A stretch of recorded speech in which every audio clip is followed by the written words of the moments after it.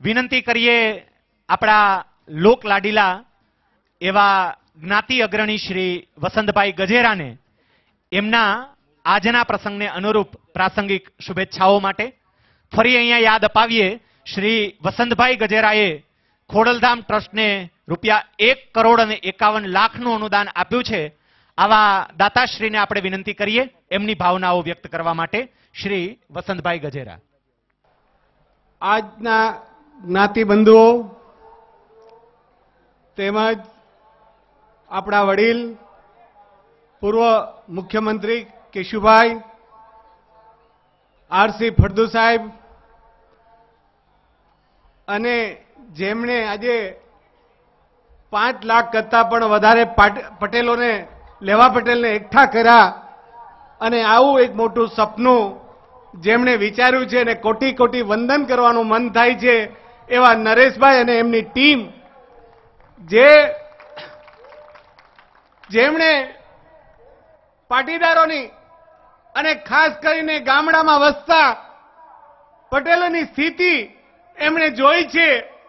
આપણો સમાજ કેટલો પાછળ છે, અગર તો એમાં કેટલી તકલીફ છે એમને પોતે જાણી છે અને પોતાની વેદનાથી પોતે આખું એક ટ્રસ્ટ બનાવીને આવું એક સારું સપનું અને માં ખોડિયારના મંદિર તો નિર્માણ કરવું છે, પણ એનું સપનું પણ જોવો કે ગામડાનો એક એક વ્યક્તિ અહીંયા આવે, એજ્યુકેશન લે અને મારા સમાજનો માણસ એક મજબૂત બની શકે એ વિચારથી આ ટ્રસ્ટનું સંચાલન થઈ રહ્યું છે અને એ વિચારોથી આ ટ્રસ્ટનું નિર્માણ થઈ રહ્યું છે।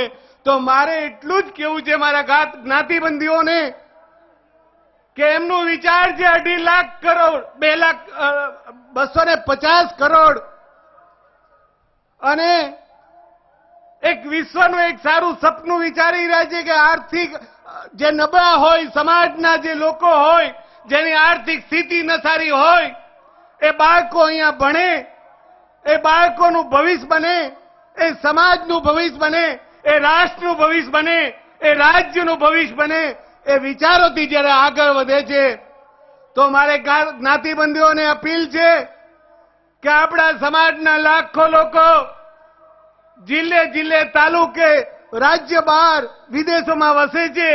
જો મારી વાતની મારી અપીલ જો સમજી શકતા હોય, સાંભળી શકતા હોય તો આ સમાજ આ ટ્રસ્ટ જે કાર્ય કરવા માંગે છે એ બહુ સારો વિચાર એમનો છે અને એનો ભાવ છે એટલો સુંદર અને સારો, તેમાં સહયોગ બધા જ આપે।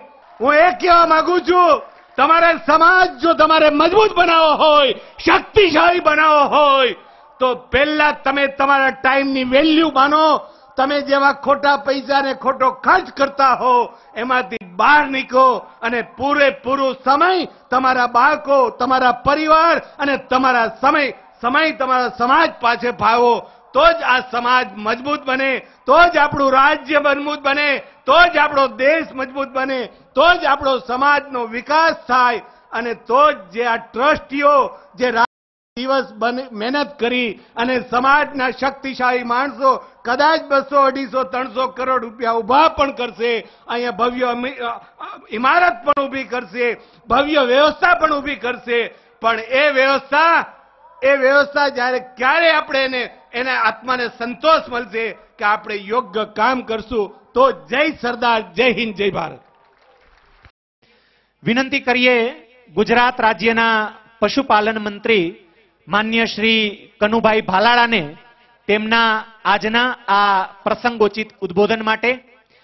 આજે કાગવડ મુકામે લેવા પટેલ સમાજના કુળદેવી આય શ્રી ખોડિયાર માતાજી એમના ભવ્ય મંદિરના ખાત નિર્માણમાં ઉપસ્થિત ગુજરાત રાજ્યના પૂર્વ મુખ્યમંત્રી અને લેવા પટેલ સમાજના માર્ગદર્શક એવા શ્રી કેશુભાઈ પટેલ તેમજ અન્ય લેવા પટેલ સમાજના દાતાઓ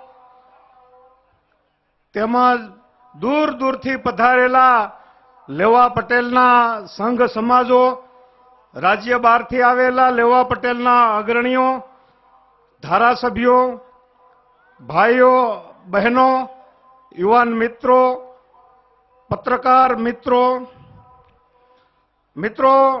લેવા પટેલ સમાજ ખૂબ જ પ્રતિષ્ઠિત સમાજ છે.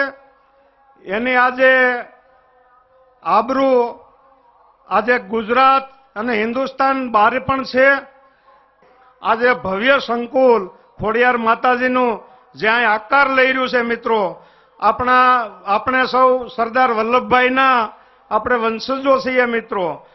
અને અત્યારે જે કાંઈ આપણી સુવાસ લેવા પટેલ સમાજની જે પ્રસરી રહી છે એમાં હજી પણ આપણે વધુ સુવાસ પ્રસરાવીએ અને હજી પણ લેવા પટેલ સમાજનું માન અને મોભો આગળ વધે મિત્રો.